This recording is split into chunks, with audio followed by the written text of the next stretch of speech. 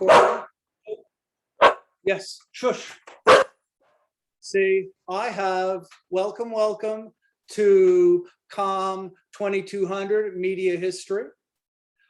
Webster here says hi. He and his sister Britannica, named for reference books, will be occasionally acting as my teaching assistants. And you heard Juniper come.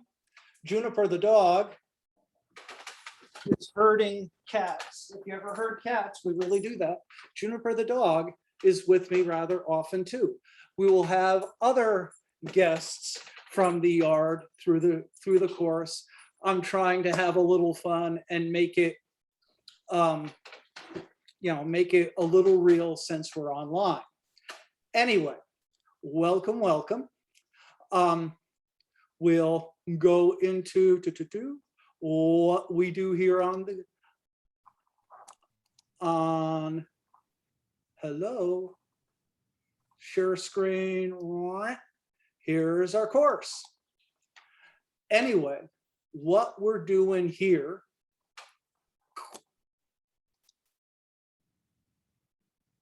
here's the real class intro, rather cutting through the blah, blah, blah, that you all do with all the syllabus. I'll do that in a little bit. But the real point here is, here we are. Here's all my contact info, including cell phone. And I think Estelle called me earlier to make sure that there's no, time conflicts and ask questions, that's fine. You can email, Skype, Zoom. I'm actually on class on campus Tuesday, Thursday morning, and Wednesday mornings. Tuesday, Thursday, Wednesday mornings. Why do we take this class? To understand the media and society now and the future. I am not going to defend the media. Lord knows it has its problems. But I'm here to explain how we got there and how it works. Course catalog, exploration and development of media history, emphasis on historical narratives and arguments. And we will start that this week. Gen Ed, historical understanding, helps you explain concepts of cause and effect over time, varieties of historical evidence, analyze and interpret primary and secondary sources, evaluate multiple perspectives, follow coherent and logical arguments. We'll start that this week, and articulate the relationship between past and present. Blah, blah, blah, blah, blah. Okay. Real stuff. This is the stuff we know you really care about. 4 tests, maybe 5, 4. All worth 100, all online, over 3 days. I post them on a Wednesday, due Friday night. There will be a test review. Test questions will ask you to use material in class, not just repeat stuff back. You find tests challenging, B's, mostly B's, on tests, but a lot of A's in the course because I grade the essays easy. 5 essays, basic guidelines, which I'll go over today, due Fridays midnight, and you can always send me a draft. Extra credit quizzes. When we have a week off, we'll give you a little 5-point quiz. Attendance, show up, pay attention, tell the truth. Showing up like you're doing now. Most of you are here. It is the most related thing to grades. Not your genetics, not what you ate for breakfast. It's showing up for class. That's the highest predictor of good grades. Pay attention once you're there, tell the truth, and don't worry about outcomes. That is my test anxiety quote. If you're sitting and going, oh, I need to get that 82 to preserve my grade, you're going to worry about that and not the material in front of you. So chill, don't worry about grades, you'll do better. Okay, attendance policy. The bottom line everything's due Friday at midnight, but if a problem happens, let me know, and extensions are easy to find. The thing is, if you call a week later and say, I was sick, or my grandmother got sick, or nah, you got to tell me beforehand. It's just like work. If you call 3 days after you miss work, you can get fired. Schools like that too. So let me know beforehand. After assignment is due, it is 5 points a day off until you get a 0. Makeup exams only administered with proof. All requests, whatever. You need to tell me in advance. Of course, we do have the COVID policy, which says basically, I'll go over the more nuts and bolts of it. COVID, do we have that on here? Okay, we'll go over the other stuff. COVID policy, you get sick, you fill out the form, you let us know, and we will work with you. I've already had 2 members of this class say, hey, I'm in quarantine. Well, you let me know, you have earned the extension on your assignments. So that's really all we're asking. If you're in person, you can mask. I mean, online in your house, all I have is the dog and the cat. I've been vaccinated, but I do have the mask just in case. But anyway, and here's more contact info. Gen Ed again, books. People asked about the books. Everyone goes, oh no, do I need the book? Well, welcome to college. That's really up to you. I use the books, I cover the materials in the book, particularly the first part of the class. It's straight out of the book. So I cover the material, but you have tests, and tests are open book. So the books will help you study for the test. You can look up some of the material. It is a helpful thing. Will I go to your house and see, ooh, do you have the book? No, it's up to you, but it is a helpful thing. Start and Sloan, historical methods, that's the first James part. D. Stark and W. David. Excuse me? Yes, Sloan and Stark. And then the second 2/3 of the course, Kavaric Revolutions in Communication, which starts from Gutenberg, but I go way back into the past before that. Okay, 4 tests, 5 essays, extra credits. Actually, 10 points each. Actually, I think they're 5. But anyway, and final exam during finals week.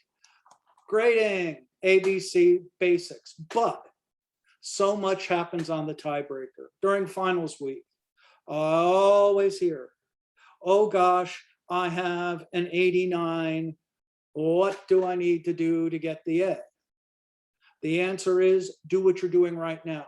Show up, show your stuff, get your material in on time. If I see that 89 next to somebody who I know who's done all the work and tried, you get that A. Someone who's blown some stuff off, but still has an 89, they can get the B. So much comes down to the benefit of the doubt. Anyway, so that's it. Already talked about attendance, late, COVID policy. Again, just let us know. We'll work with you. Honor code, don't cheat. We know when you're cheating. When you see 3 people taking the test together and they get every question wrong, we know you're cheating. But that's on you. You will get caught cheating eventually, even if I don't. Okay. Stuff we do, we have our first essay this week. We'll talk about that. Historical methods, extra credit next week, then a test, ancient history, print and free speech. We'll talk a lot about free speech. We'll talk about the limits of free speech and why we have what we have. Ancient history, okay, and then the next test, then 19th century ethics and law, 20th century internet, final exam. Again, history. First thing we do, again, about history.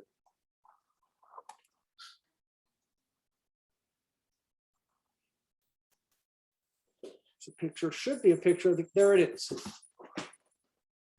Confederate flag. Anybody. Here is a guy protesting January 6th at the national Capitol. Why the Confederate flag? What does that mean? Anybody? Why did the folks who protested the government bring the Confederate flag? Anybody? Do I just unmute, or was I supposed to raise my hand? No, you can unmute, say what you need to say. What do you Sorry. oh, go. Personally, I believe that they may have used the Confederate flag because at one point the Confederate flag was used as a quote unquote rebel flag, as a way to state your rebellion against basically trying to go back with the North. So they probably used it as a rebellion flag when genuinely it just contradicts the statement of why are you at the American Capitol with a Right. rebel Confederate flag. Mm-hmm. That's the whole point. They were rebelling against the government. And that's what the Civil War largely was about. It was about the right to have states' rights and to have the right to own another human being as part of those rights. And the Confederates question are is, traitors. what? The Confederates were traitors. Well, this is what we can talk about. They were against the government. So the question is this guy a traitor? That's, again, question of history. This guy doesn't think he's a traitor. He thinks he's standing up for his rights against a tyrannical government. Again, some people could say it's traitorous. Other people say, this is my culture. This is my, this is what I believe in. And y'all are stomping on my rights. Again, I use that because different people look at that different ways. And that's what we do in history, is as we develop, as society develops, as we get new ideas, we look at things differently. I mean, when I was a kid, we had the Dukes of Hazzard with the Confederate flag on the roof of the car, the General Lee. These days, that would be in bad taste. So again, how we look at these things change. To wit,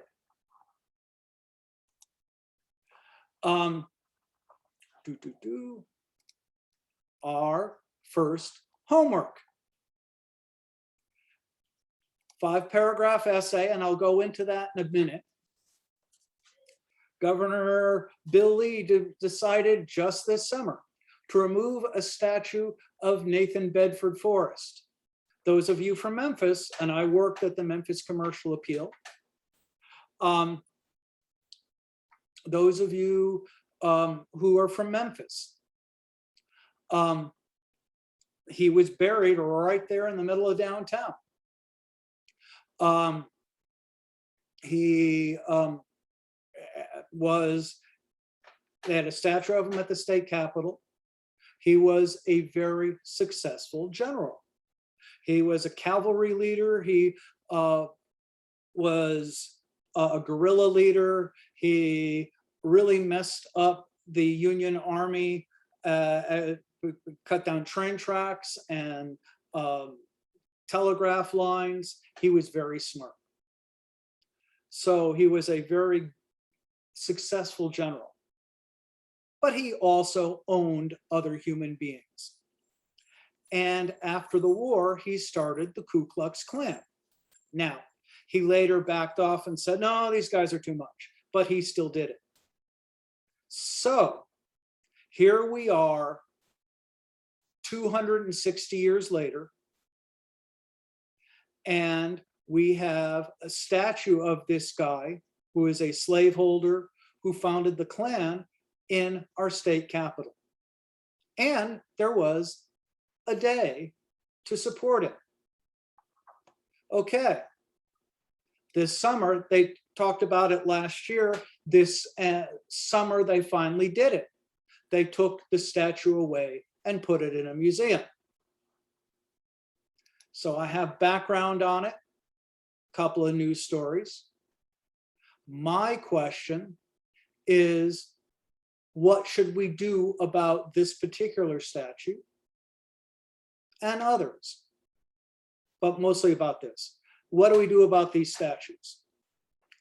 How I want you to do it on essay writing.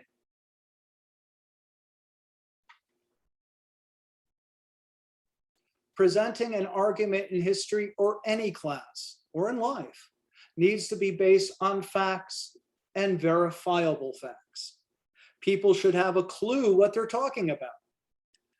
You know, might be a little sticky here, but on vaccines, you know, we have a lot of people who are uncomfortable about vaccines during COVID. You may be, you know, the reactions and whatnot, that's factual. Putting chips in your brain from the government, there are no verifiable good sources that say that's happening. It's a rumor. Now you can say, oh, I heard this from somewhere, but that's not a verifiable fact. So there is a difference. People should have a clue. Again, base your stuff on fact. And most Can we use, oh, I'm so sorry. okay, wow. Can we use personal pronouns on these essays, or do you want them to be more formal? You know what? I want to hear where you're coming from. Okay. As long as you back it up in facts, be personal, be creative. Some of my favorite ones talk about your personal experience, how you see Forrest or his essays, particularly, you know, because you may have them in your hometown. How has this affected you and your family? So yes, be personal, but back it up in fact. That's good. Yeah, there were a ton of protests in Memphis where I live, so that's why I was wondering. Great. Well, awesome. And again, you can send me an early draft. I also mentioned that in the syllabus. Anytime you have an essay, send it an early draft. And I already did that today with one.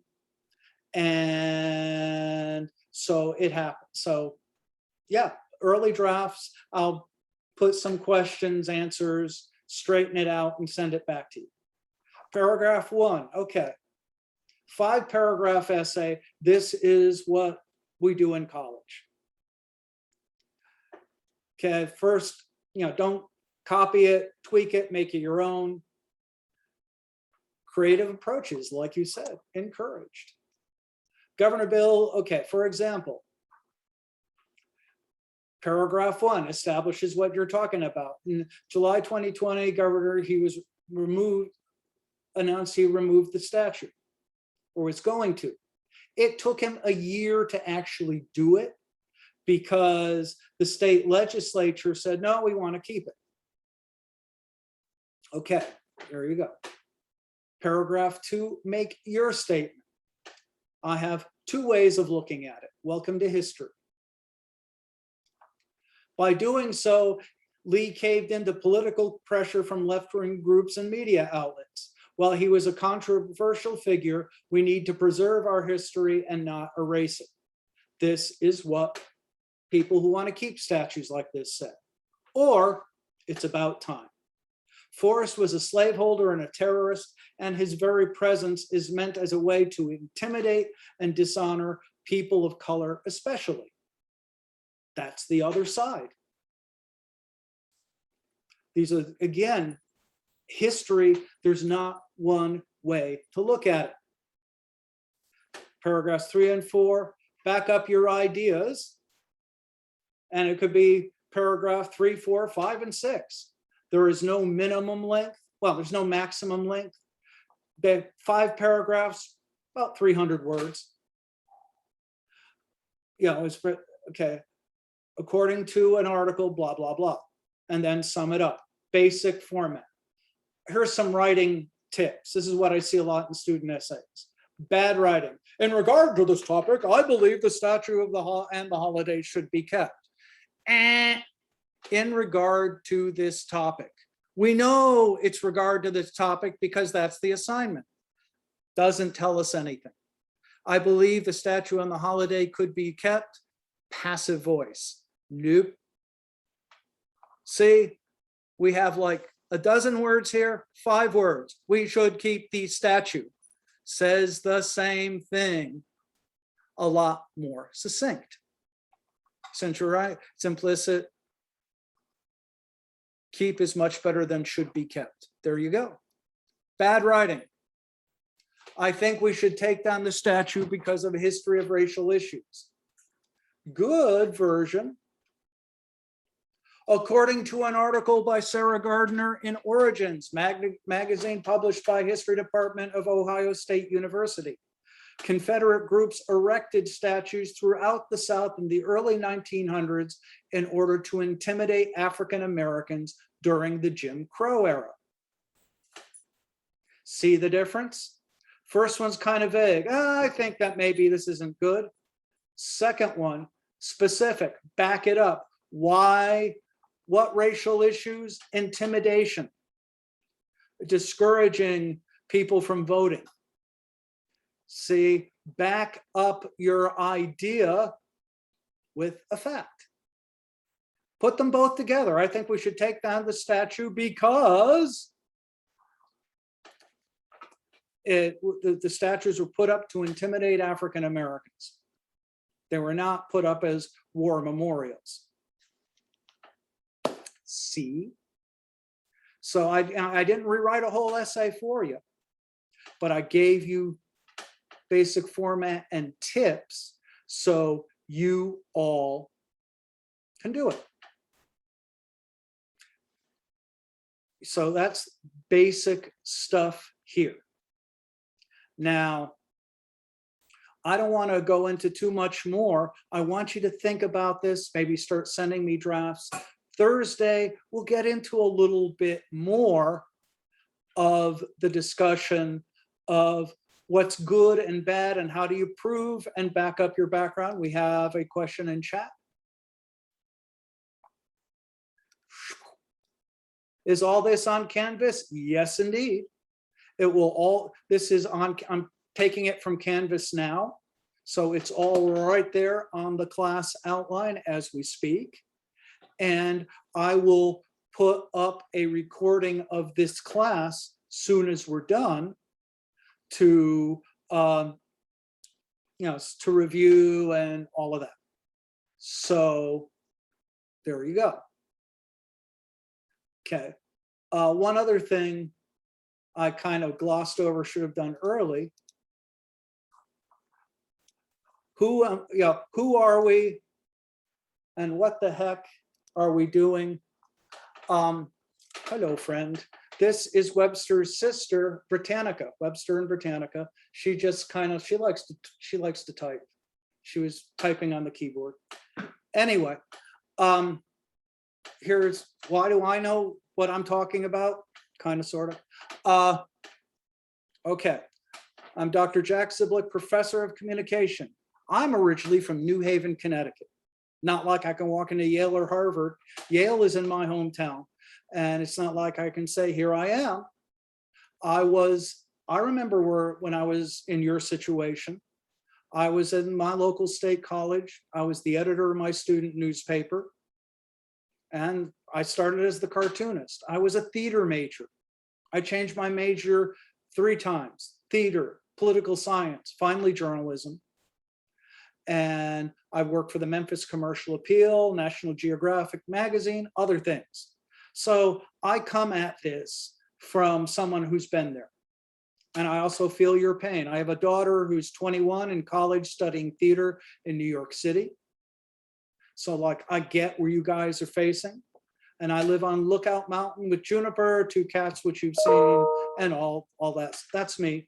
And you can scroll down and tell me about you. And I really appreciate that, because that helps me adjust the class to your needs. I know we have groups from all over. I love to help out. You know, if you're particularly in communications, let me know what I can do for you to help you get where you're going. Okay. Oh, somebody else has a question in chat. Word count. Word count. I'm not about to sit down and count every word, because that makes you stretch out and put too many words in if you're a few short. If you do the thing and cover it well, I don't care. There is no maximum, but a 5-paragraph essay should be around 300 words. Page and a half. Page and a half. Gives you a basic guideline, but I'm not gonna count words. So that's a good question.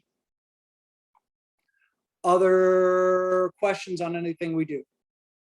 Do I see a raised hand, or is you just kind of want to chime in? Okay, dokes. I wasn't raising my hand. Okay. Don't worry about it. I am. Okay, what's up? I'm looking on Canvas and the course summary.